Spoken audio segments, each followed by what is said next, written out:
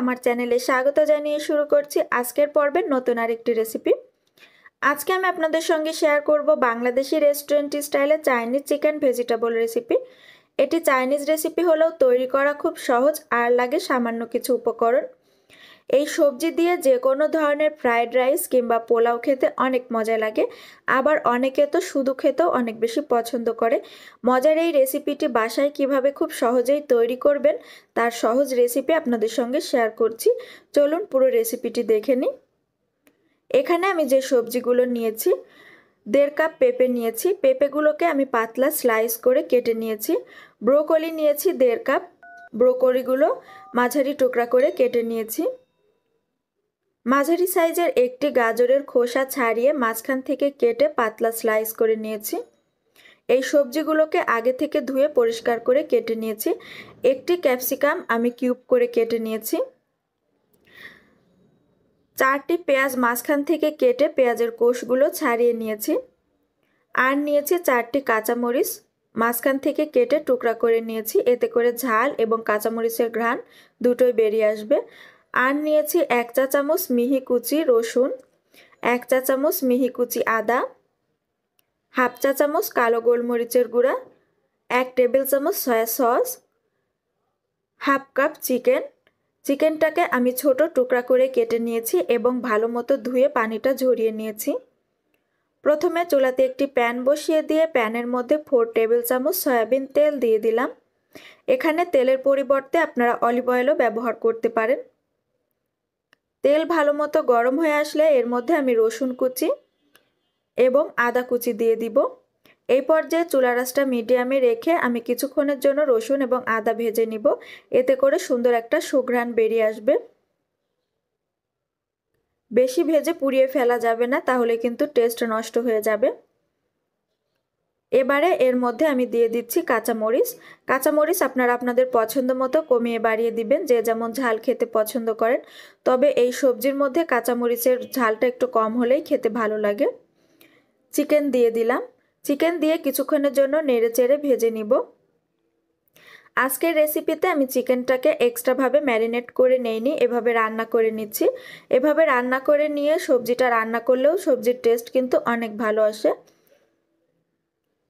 খুবই সামান্য লবণ দিয়ে দিলাম এবং কালো গোলমরিচের গুঁড়া দিয়ে কিছুক্ষণের জন্য ভেজে নিব। বেশি ভেজে ড্রাই করে ফেলা যাবে না, এতে করে কিন্তু চিকেনের জুসি ভাবটা চলে যাবে, চিকেন খেতে ভালো লাগবে না। পেঁপে দিয়ে দিচ্ছি। পেঁপেগুলোকে দিয়ে আমি কয়েক সেকেন্ডের জন্য উল্টে পাল্টে নেড়েচেড়ে ভেজে নিব। সবগুলো সবজি আমি পর্যায়ক্রমে অ্যাড করব। এই পর্যায়ে চুলার আঁচটা আমি মিডিয়ামে রেখেছি। যদি আপনাদের চুলার আঁচ কম থাকে তাহলে হাইতে দিয়ে রান্না করবেন।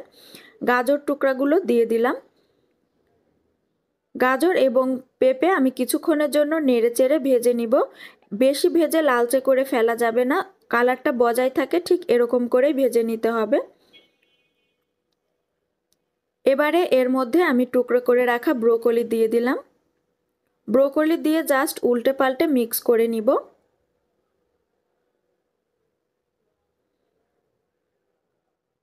এখন এর মধ্যে আমি পরিমাণ মতো পানি দিয়ে দিলাম। যে যেমন গ্রেভি রাখতে চান ততটুকুই পানি দিবেন, একেবারে বেশি পানি দিবেন না, এতে করে কিন্তু সবজিটা বেশি গলে যেতে পারে। কিছুক্ষণ রান্না করে নিয়েছি। এখন এর মধ্যে আমি দিয়ে দিলাম সয়া সস। সয়া সস দিয়ে ভালো মতো মিশিয়ে দিব।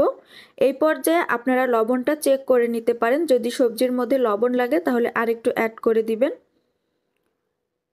ক্যাপসিকাম এবং পেঁয়াজের টুকরাগুলো আমি দিয়ে দিচ্ছি।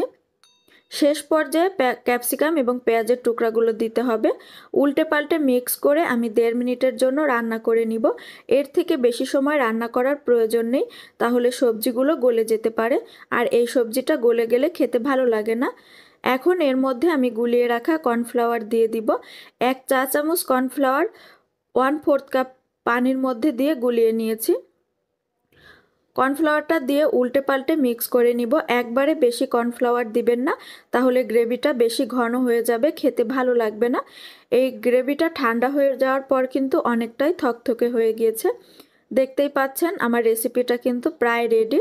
আমি ঠিক এরকম গ্রেভি করেই নামিয়ে নিব। রেসিপি ভালো লাগলে অবশ্যই লাইক দিবেন, কমেন্ট করে জানাবেন। রেসিপি রেডি হয়ে গিয়েছে, এখন আমি চুলা থেকে নামিয়ে পরিবেশন করে নিচ্ছি। মজার এই রেসিপিটি যদি আপনাদের কাছে বেশি ভালো লাগে তাহলে অবশ্যই শেয়ার করে দিবেন। আমাকে সাপোর্ট করার জন্য আমার চ্যানেলটিকে সাবস্ক্রাইব করে পাশে থাকা বেল বাটনটি ক্লিক করে অল অপশনে ক্লিক করে নিয়মিত চ্যানেলের পাশেই থাকবেন। আর এই সবজিটি কিন্তু ফ্রাইড রাইস কিংবা পোলাওয়ের সঙ্গেই ভালো লাগে না, রুটি পরোটা সব কিছুর সঙ্গেই ভালো লাগে। আজকে এই পর্যন্তই। আপনারা সবাই সুস্থ থাকবেন, ভালো থাকবেন। নতুন ভিডিও দেখার আমন্ত্রণ জানিয়ে আজকের মতো বিদায় নিচ্ছি। আল্লাহ হাফেজ।